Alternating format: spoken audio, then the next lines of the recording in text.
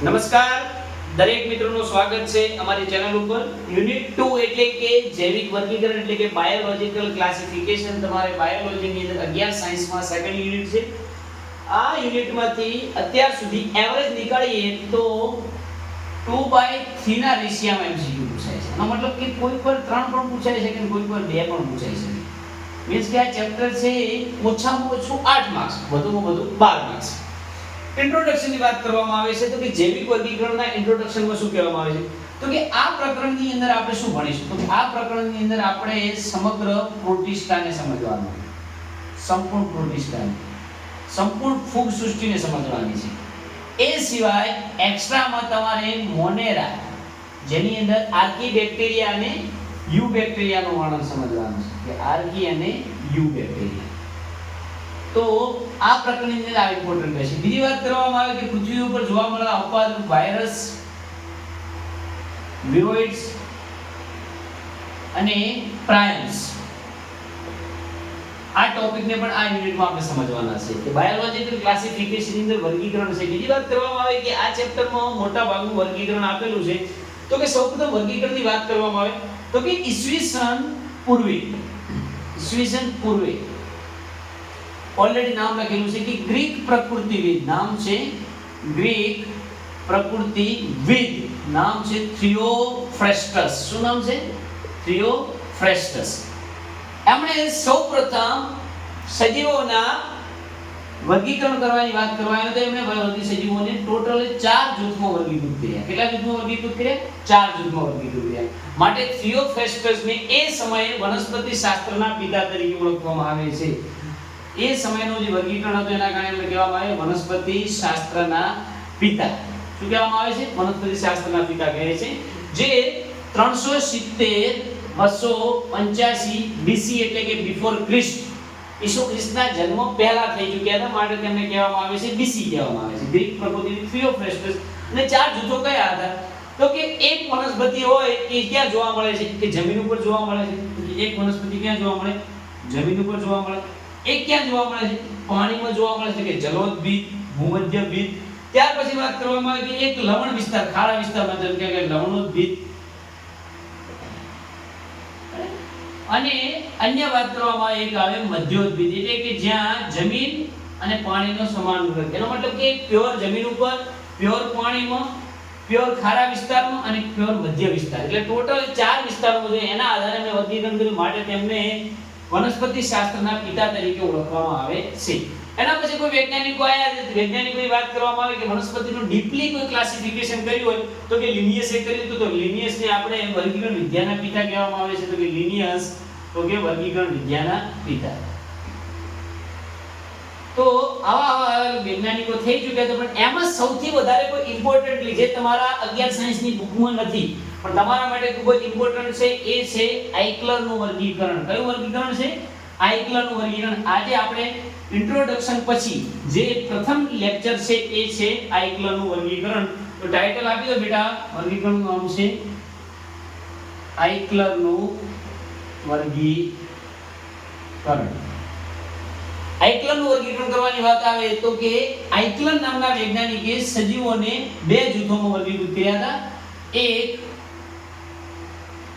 અપુષ્પી વનસ્પતિ સૃષ્ટિ એટલે 2 જૂથો એક અપુષ્પી અને એક હતા સપુષ્પી મીન્સ કે એક પુષ્પ ધરાવે છે અને પુષ્પ ધરાવતા નથી અપુષ્પી વનસ્પતિને ટોટલ 3 ભાગમાં ડિવાઇડ કર્યા એકનું નામ છે એકાંગી બીજું છે એનું નામ છે દ્વિઅંગી અને ત્રીજું છે એનું નામ છે ત્રિઅંગી એવી રીતે સપુષ્પી છે એમને 2 ભાગમાં ડિવાઇડ કર્યા આઇકલરે એકનું નામ છે અનાવૃત અને બીજાનું નામ છે આવૃત જે એકાંગી વનસ્પતિ એકાંગી સજીવો છે એની અંદર ટોટલ 4 ભાગ પડ્યા તો કે એકનું નામ છે સ્કિઝોફાઇટા એનું નામ છે સ્કિઝોફાઇટા એક છે ફૂગ એક છે લીલ અને એક છે લાઇકેન તો સ્કિઝોફાઇટામાં કોણ આવે છે તો કે સ્કિઝોફાઇટા એટલે બેક્ટેરિયા કોણ આવે બેક્ટેરિયા ઓલ બેક્ટેરિયાને તમે આ ગ્રુપમાં લખી શકો અને સાયઝોફાઇટા પણ કહેવામાં આવે છે ફૂગ છે તો ફૂગને એક્ઝામ્પલ દરેકને આવડવા જોઈએ કે ઈસ્ટ છે એક કોષી છે મશરૂમ મોલ્ડ વગેરે વગેરે લીલની વાત કરવામાં આવે તો કે લીલની અંદરથી આપણે ક્લેમિડોમોનાસ જે એક કોષી છે, ક્લેમિડોમોનાસ જે કેવી છે બેટા એક કોષી લીલ છે. અને એ સિવાય વાત કરવામાં આવે સ્પાયરોગાયરા, સાર્ગેસમ, યુલોથિક્સ, ક્લોરેલા એટસેટ્રા તમે નામ લખી શકો છો. અને લાઇકેન શું છે તો કે લાઇકેન એ ફૂગ અને લીલનું સંગઠિત સ્વરૂપ છે. આ બંનેનું સંગઠિત સ્વરૂપ શું છે? લાઇકેન છે. ત્યાર પછી વાત કરવામાં આવે કે દ્વિઅંગીમાં એક્ઝામ્પલ વાત કરવામાં આવે તો કે મોસ, માર્કેન્સિયા, રિક્સિયા વગેરે. ત્રિઅંગીની વાત કરવામાં આવે તો એના એક્ઝામ્પલ છે માર્સેલિયા, નેફેલોપિસ. જો તમને હું કહી દઉં કે દ્વિઅંગીનું આયુષ્ય છે એ માત્ર 10 દિવસનું હોય છે. કેટલા દિવસનું આયુષ્ય હોય છે? 10 દિવસનું આયુષ્ય હોય છે. અને દ્વિઅંગી વનસ્પતિ કોઈ પણ પ્રકારની વાહક પેશી ધરાવતા નથી. એનો મતલબ કે જલવાહક અનાવાહક હોતી નથી. પણ ત્રિઅંગીમાં પ્રાથમિક વાહક પેશીઓ હાજર હોય છે. કેવી હોય છે બેટા? પ્રાથમિક વાહક પેશી. આ એમસીક્યુ રિલેટેડ ટોપિક થઈ રહ્યા છે. ત્યાર પછી વાત કરવામાં આવે સપુષ્પી વનસ્પતિઓ તો કે સપુષ્પી વનસ્પતિઓમાં એક છે અનાવૃત અને એકનો મતલબ છે આવૃત. જો અંડકો, શું બેટા? જો અંડકો ખુલ્લા હોય એનો મતલબ કે નગ્ન હોય તેને કહેવાય અનાવૃત. અને જો ઢંકાયેલા એટલે શું કહેવાય છે? આવૃત તરીકે ઓળખવામાં આવે છે. તો અનાવૃત બિદારીની વાત કરવામાં આવે તો કે અનાવૃત બિદારીમાં એક્ઝામ્પલ છે સાયકસ, પાઇનસ, ઓરોકેરિયા. બીજી વાત કરવામાં આવે કે પૃથ્વી પર સૌથી ઊંચામાં ઊંચું જે વૃક્ષ છે એ વૃક્ષ પણ અનાવૃત બિદારીનું છે જેનું નામ છે સિકોયા સિમ્પરવિરેન્સ. શું નામ છે? સિકોયા સિમ્પરવિરેન્સ, જેની હાઈટ 110 થી કરીને 150 મીટર સુધીની જોવા મળે છે. વિશ્વનું સૌથી ઊંચામાં ઊંચું વૃક્ષ છે જે ક્યાંમાં આવેલું છે? અનાવૃત બિદારી વનસ્પતિમાં આવેલું છે. બીજી વાત કરવામાં આવે કે જો અનાવૃત બિદારીમાં સૌથી નાનો વૃક્ષ હોય, સૌથી નાનો છોડ હોય તો એનું નામ છે ઝામિયા પિગ્મિયા. શું નામ છે? ઝામિયા પિગ્મિયા. ઇવન આના એમસીક્યુ ના કોર્સમાં લખેલું છે કે આ એવી વનસ્પતિ છે જે ભૂમિગત ગાંઠમૂળી પ્રકાંડ ધરાવે. શું ધરાવે? ભૂમિગત ગાંઠમૂળી પ્રકાંડ ધરાવે છે. ત્યાર પછી જો આવૃત બિદારીની અંદર વાત કરવામાં આવે તો કે આવૃત બિદારીના બે ભાગ પડે છે. એકનું નામ છે એકદળી, અને એકનું નામ છે દ્વિદળી. એકદળીની વાત કરવામાં આવે તો કે એકદળીમાં કોણ આવે છે? તો કે એકદળીમાં આવે છે મકાઈ. કોણ આવશે?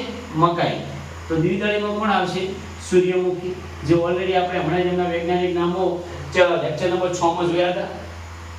જો આવૃત બિદારી વનસ્પતિઓમાં કોઈ મોટામાં મોટી વનસ્પતિ હોય તેનું નામ છે યુકેલિપ્ટસ. શું નામ છે? યુકેલિપ્ટસ. યુકેલિપ્ટસ એટલે શું? ભારતીય નીલગિરી. એ ભારતીય નીલગિરી છે ને આપણે યુકેલિપ્ટસ તરીકે ઓળખવામાં આવે. જેની હાઈટ કેટલી હોય છે? તો કે આઈ થિંક 90 મીટરના સમથિંગ જોવા મળે છે. કેટલી જોવા મળે છે? 90 મીટરના સમથિંગ જોવા મળે છે.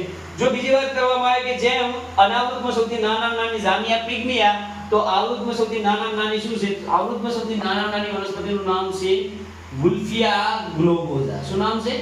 વુલ્ફિયા ગ્લોબોઝા. જેની સાઈઝ કેટલી હોય તો 2 થી 4 mm હોય છે. કેટલી હોય છે? 2 થી 4. ખૂબ જ નાની હોય, એટલે વધારે મોટી જોવા મળતી નથી. બીજી વાત કરવામાં આવે કે આવૃત બિદારીમાં સૌથી કોઈ મોટું પુષ્પ ધરાવતી કોઈ વનસ્પતિ હોય પુષ્પ. એ પુષ્પનું નામ છે રેફ્લેસિયા આર્નોલ્ડી. શું નામ છે? રેફ્લેસિયા આર્નોલ્ડી. જે 8 કિલો વજનનું અને 1 મીટર વ્યાસ ધરાવતું પુષ્પ છે. 8 કિલો વજન અને 1 મીટર વ્યાસ ધરાવતું. મીન્સ કે પૃથ્વી ઉપર જે જો વર્ગીકરણને બહુ ડીપલી સ્ટડી કરવામાં આવે તો તમને ઘણો બધો ભેદભાવ અને વિશ્વની અજાયબી છે તમે વિચારી ના શકો એવી વસ્તુ જોવા મળી શકે છે. પણ જે આઇક્લાનું વર્ગીકરણ છે કોના બેઝ ઉપર રહેલું છે? તો તમને એમસીક્યુ આવડવું જોઈએ કે આઇક્લાનું વર્ગીકરણ છે પુષ્પના બેઝ ઉપર છે. કે પુષ્પ ધારણ કરે છે તો કે સપુષ્પી, ના ધારણ કરે તો કે અપુષ્પી. અપુષ્પીમાં એકાંગી, દ્વિઅંગી, ત્રિઅંગી. એકાંગીમાં સ્કિઝોફાઇડા, ફૂગ, લીલ અને લાઇકેન. તો સપુષ્પીમાં અનાવૃત અને આવૃત. અનાવૃતની અંદર એના એક્ઝામ્પલ લખ્યા. આવૃતમાં એકદળી અને દ્વિદળી. તો આ સાથે આપણે આઇક્લાનું વર્ગીકરણ અહીં પૂર્ણ કરીએ છીએ. અને સેકન્ડ લેક્ચરની અંદર આઇક્લર પછીના વર્ગીકરણ આવે છે જેનું નામ છે પાંચ સૃષ્ટિ વર્ગીકરણ, જે 1969 માં આર.એચ. વિટેકર દ્વારા નિર્માણ કરવામાં આવ્યું હતું, જેને 5 કિંગડમ એટલે કે 5 સૃષ્ટિ તરીકે ઓળખવામાં આવે છે. અહીં આજનું લેક્ચર પૂર્ણ કરી દરેકને હું રજા આપું છું. ધન્યવાદ.